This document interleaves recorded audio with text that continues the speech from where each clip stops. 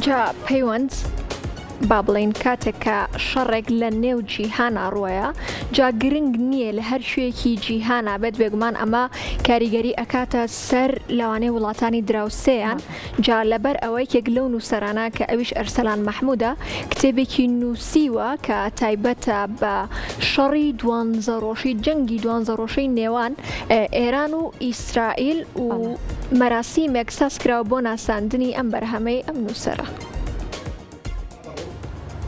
دۆزینەوەی ڕێگەی سێ باز دەکات ئێمە وەکوت چی لەم جۆرە جەنگە بەڕێوەبەرایەتی ڕۆشنبیری هونەری ڕاپەڕین بە ئامادەبوونی نووسەران و ڕۆشنبیران و ڕۆژنامەنووسانی سنوورەکە مەراسیمی ناساندن و بڵاوکردنەوەی دوایین بەرهەمی چاپکراوی نووسەر و لێکۆڵەر ئەرسەلان مەحموود بە ناوی دوانزە ڕۆژمانەوە لە دۆزەخ لە شاری ڕانیا ساز کرد. لە کۆڕەکەدا نووسەری کتێبەکە تیشکی خستە سەر ناوەڕۆکی کتێبەکە کە باسی لە جەنگی دوانزە ڕۆژەی نێوان ئێران و ئیسرائیل دۆخی ناوچەکە و هەردوو وڵاتەکە کرد.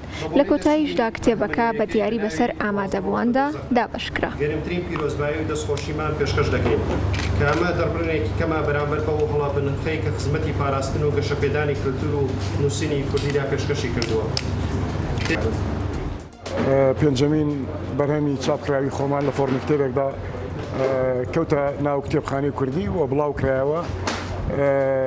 زۆر خۆمان بە خۆشحاڵ دەزانین کە توانیمانە بەرهەمێکی تر ئیزافە بکەینە ناو کتێبخانەی کوردی و بیخێنە بەردەم خوێنەری کورد. لە ڕاستیدا ئەم کتێبە 12 ڕۆژ لە دۆزەخدا کتێبێکی ناپرۆگرام کراو بوو، یعنی ئێمە پێشتر پلانی ئەومان نەبووە کە ئەم باس و بابەتانە لە فۆرمی کتێبێکدا کۆ بکەینەوە، بەڵام دواتر لەسەر داوای خوێنەران بەشێک لە هاوڕێیان پیانوا بوو ئەم باس و خواسانەی کە لەسەر جەنگ و ململانیەکان شەڕی نێوانیاران ئیسرائیل کراون پیانوا بوو باسێکن کە ڕووی فکری و بابەتی بووە دەهێنێت کە لە فۆرمی کتێبێکدا کۆ بکرێنەوە. بۆیە دوجار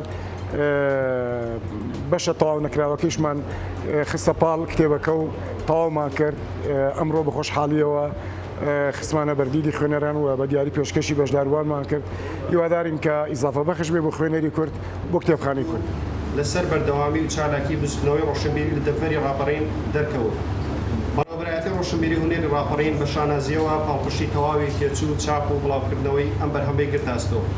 ئەم هەنگاوە بەشێکە لە استراتیژی فراوانکردنی کە ئەنجامی سەرەکی پشتیوانیکردنی نووسەرانە پەروەردەکردنی کەشێکی گونجاوە بۆ گەشتسەندنی بەرهەمی ئەدەبی و فکری لە کۆمەلگاکەماندا. لە ماوەی ساڵانی ڕابردوودا بەڕێوەبەرایەتی ڕۆشنبیری